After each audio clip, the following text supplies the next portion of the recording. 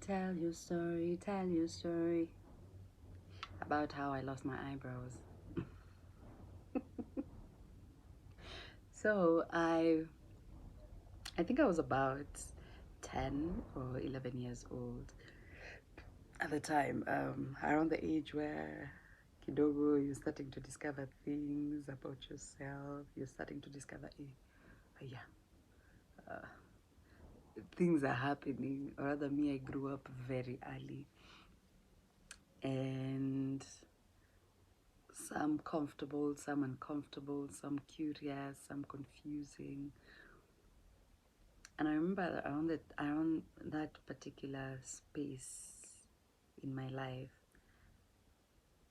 I was very observant. I've always been observant, actually, but I loved watching my mom get ready whenever she would step out, whenever she'd be going to work, or yeah, I enjoyed watching my mom get ready because hey, my mom took the time. To date, she does. She's the kind of person who appreciates looking good whenever she steps out, and I think that's where I get it from. Not I think that's where I get it from. There are two things about me that I believe in putting in a little bit of effort. Usikae venye tu unakaanga ukiwa kwa nyumba. So one of the things I really enjoyed was watching my mom prepare herself na makali kit, ukipaka lipstick. Zile lipsticks are green. The tube was green, but ukipaka inakuwa ina turn red. Wanja, she always had eye pencil around her eyes. I think down. I can't remember what line. Ya juu. Hii imekuja juzi. And she always had nice studs, nice earrings. She looked good. And powder kabla compact powder zikuje. But mi nilianza kuona madhe na hizi vitu kitambo sana. Anyway, sasi that I lived watching and seeing these things at home. This one time, one of the friends we used to play with at the time was a guy called Senior, who was our neighbor in Umo. These days when Umo was Umo. Umo was a kile of sorts. Anyway, I digress. Senior had a big sister. They were twins, actually. But the one I particularly loved also looking at was one called Betty. Betty was quite beautiful, to say the least. And Betty, around that same period, had either just finished high school, transition into campo, ama yeah, I just remember ilikuwa hiyo period ya either ndo alikuwa amemaliza high school, hiyo mwaka ya kungoja, unangoja ndio uingie campo the following year. Back in the days, for those who have no idea, hatukuwa tunamaliza campo, alikuwa unamaliza high school kama umeingia campo immediately. There was a transition. You finish high school, you chill for an entire year doing nothing. Hizo ndo masiku unaenda packages, kufanya packages, ICT, driving, to vitu tu. And then the following year, if you have been called into a campus, you go. All I know is Betty alikuwa, she was a young adult. And this particular time, I looked at her and she dazzled more than usual. She had long hair. She was beautiful. I remember just staring at her for a while.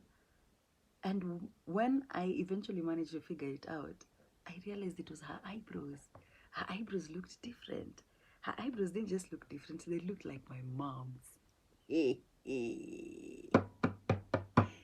I tell you, that was the game changer.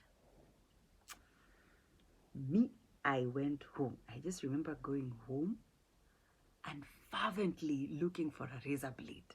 Because now that's what I used to see my mom knitting, doing this with. Eventually I found one. At the time there wasn't anyone in the house. Guess what Miss Thing did? I cleared all of my eyebrows. You guys.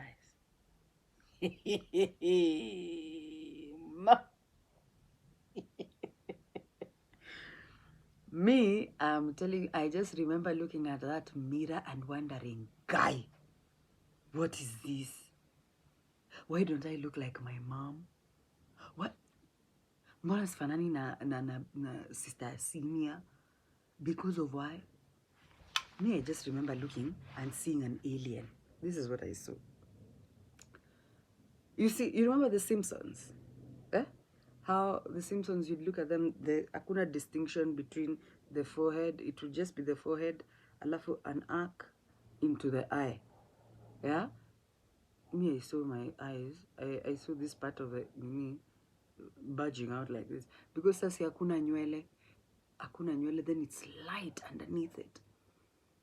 It was just that, inajikunja kama umbrella, folding itself like an umbrella, then the eyes. I just remember looking at and seeing an alien. Oh my God, I felt like hiding. I felt like running. I felt so naked and exposed. Yo, it was bad. Remember I told you there was no one at the house? No one in the house around that time. I can't even remember whether we had a house help at that period, during that period. I wasn't punished. My mom never scolded me for anything. Nothing in form of punishment was, punishment and reprimand was need to me. Sikuwahi pigwa. But I had to go to school like that, looking like that, man.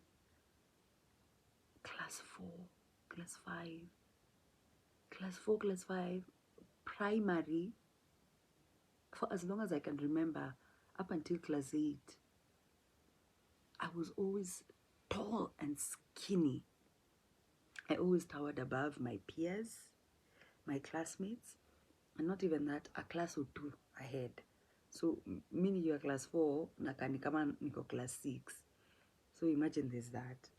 Now, we add on to the fact that I do not have eyebrows. So I'm conspicuous.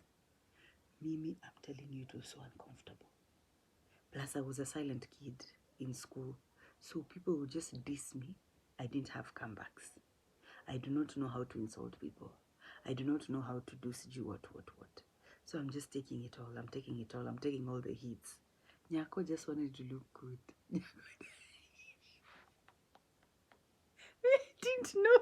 The thing is, I didn't know there was a strategy to eat. That you don't just clean everything out. It's shaped. It's styled. You shape it into the desired shape that you want it to be. Then now enhance the little eyebrows that are remaining with eye pencil. I don't know how those stages never appeared, or rather they never made sense to me at the time.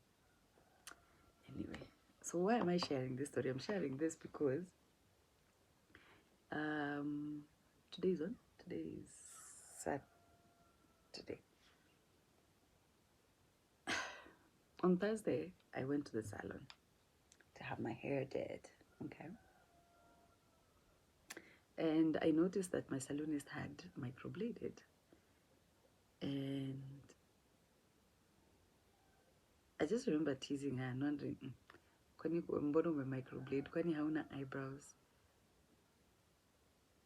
Yeah. Wait, no. I'm jumping the gun. I noticed that she had microbladed. We talked a little about that, but we didn't explore it much. Then, the way kwa salon kuna mirrors. At the back, right behind us, I could see some other chick who was being done for. Rather, she had been put for inaitwaje, clear foil. Amerapiwa clear foil huku kwa forehead, so alikuwa anakaa hivi. And I asked my salonist, kwani anaekewa hina mtu akiekewa, mtu anaekewa clear foil hivyo kwa uso? Hapana, ati she's being prepared for microblading. I'm like, why clear foil? Ati she's being numbed. So after identifying the pattern that the artist wants to use, see they numb, because it's essentially tattooing. Yeah, you tattoo, for those who have no idea, especially guys, you tattoo. It's just tattooing. Ideally, it's tattooing your eyebrows into a more permanent look. In that unaoga too, so you just wash your face and step out. You don't necessarily have to think. It's quite convenient, actually. It's quite convenient. Only I don't think I'd consider it. I don't think I would want to, but I don't think I would. No, for professional reasons anyway, not anything else. So now that's when we started expounding it, and I asked her, Connie, why did you microbleed? Because it's someone I was meeting for the first time. And you guys, guess what? We came to realize that we have the exact same reasons. Exact. Only hers happened much, much later in life, when she was in Form 2. Mine happened when I was in class 4. We both shaved our eyebrows. Yeye sasa yake haikuwa self-inflicted, but ilikuwa mambo ya kujitakia, because walikubali wanyolewe na a Form 4. An entire dorm was shaved, had their eyebrows shaved by the same razor blade in Form 4. An entire dorm. A dorm isn't like a TCG 2, 3, 4 people. An entire dorm is like what? We're speaking cheeks to the tune of 20, 30 and over. Me, I can only imagine how that staff room was for those teachers. Man. Me, here I was looking like an alien. These are teachers walking into an entire class of ladies or more, looking at like aliens. Like, because of what? Me, I'm sure ningekuwa mwalimu kwa hiyo shule, singekuwa nashikika. So when we were interrogating this thing, I realized that, kumbe there's a whole army out here. It's not just, probably not just me, but there's an entire group of ladies who've experienced probably the same story. The thing is, ever since that experience, my hair took a while to grow back. Honestly speaking, I can't even remember how I powered through those years in school. I don't know. I guess guys just got used to seeing me like that, or two little hairs started sprouting out, one thing or the other. But I can assure you one thing that's for sure. I'm not, naturally, I'm not hairy at all. At all, at all. At all. I don't know whether you can see. I don't have hair. I've never shaved. I'm not hairy. It's a good thing. It's a good thing for me.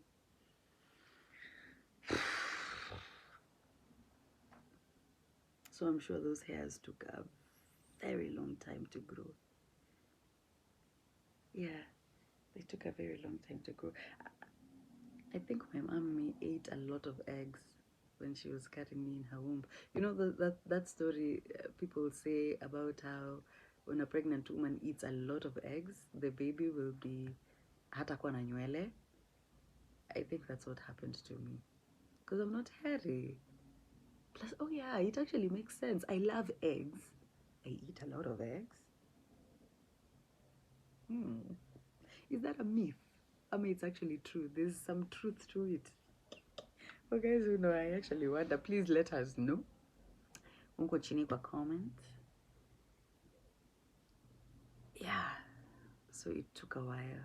It took a while to grow. It took a while. So much so that this was now, that was in class 5, all the way in 1996. 1996, thereabout. See these hairs? Move closer. You probably won't see them.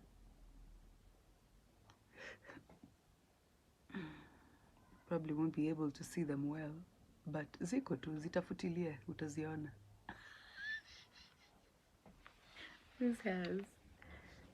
These have taken about 7 years. This is my eyebrows overgrown. 7 years worth of eyebrows, overgrown eyebrows. This. Imagine now, all those years from 1996. And this was courtesy of, was it Washeke or someone? Someone introduced me to threading. Then I started threading. Around that time when I started threading, it was much less than what it is now. It's because now I started threading, and essentially, again, for guys who do not know, threading is when a technician, I don't know what name they have, a professional term, they use a string to pluck off those two hairs, eyebrows, one by one, but now they do it in order, in a particular style. Yeah, that suits the client. I started threading, and my hair follicles started growing out and sprouting out, and that's how I came to this. It's been 7 years or more since I last threaded. This, when you look at someone who's taken like 2-3 weeks of no threading, you will note the difference. By the way, utanotice mtu eyebrows zake ni bushy, na utanotice zile matimes zenye ni clear vizuri, anakaa neat. Sana sana hizo zinakwanga around 2-3 weeks, 1 month ikienda sana. This is 7 years plus, and before that it was even more. Haki mayai nilikula mingi, nililishwa mingi, my mom. So why am I saying this? I'm saying this because up until I shared it with my salonist, I didn't know it was a thing. I genuinely didn't know. I've never thought of it that way. I'm sure there's a whole battalion and army of women who are out there who have damaged eyebrows. And you see, that's the thing. I came to realize that eyebrows are so unforgiving. I mean, this was just one experience. I just messed up once, and they've never forgiven me ever since. I have baby photos. I think I can track this thing all the way back to see whether I was genuinely hairy ama sikukuwa tu na tunywele. I can actually check this thing because here, they're so unforgiving, man.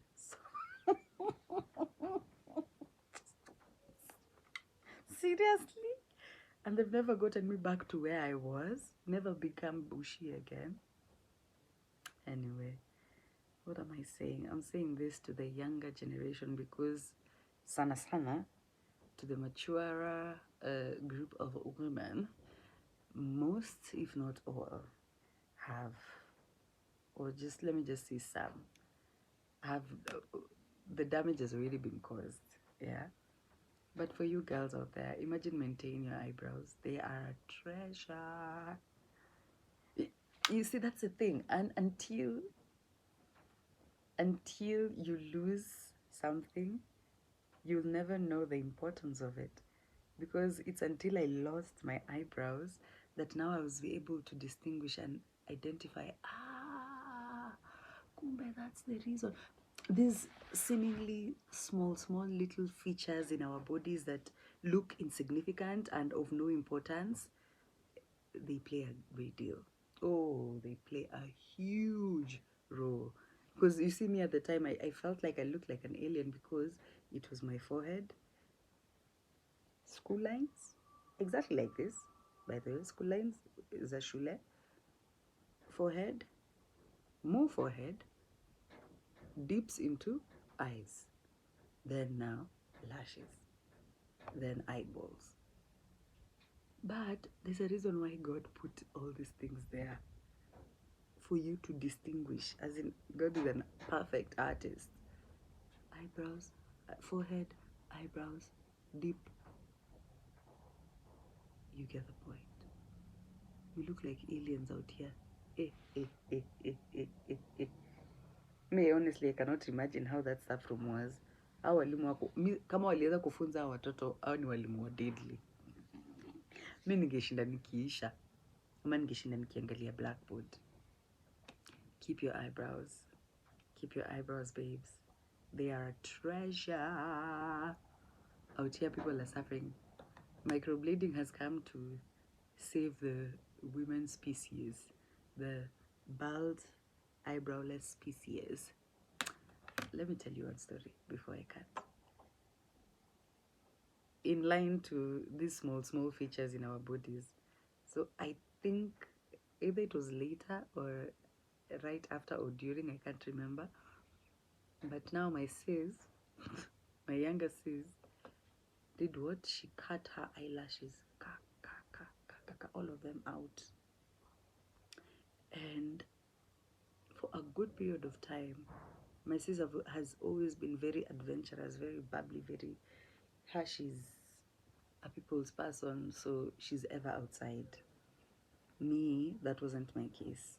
But for a good period of time, my sister couldn't leave the house because every time she stepped out, even while in the house, she kept on doing it. Why? Because that's when we realized, kumbe eyelashes also play a part. They catch dust from entering, prevent dust from entering the eyes.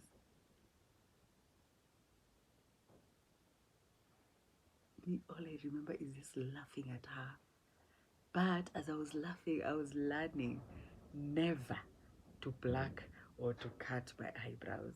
Hers grew significantly faster. She's much hairy. But still, small features, your nails, your tunimis. By the way, thank God for every single one of them.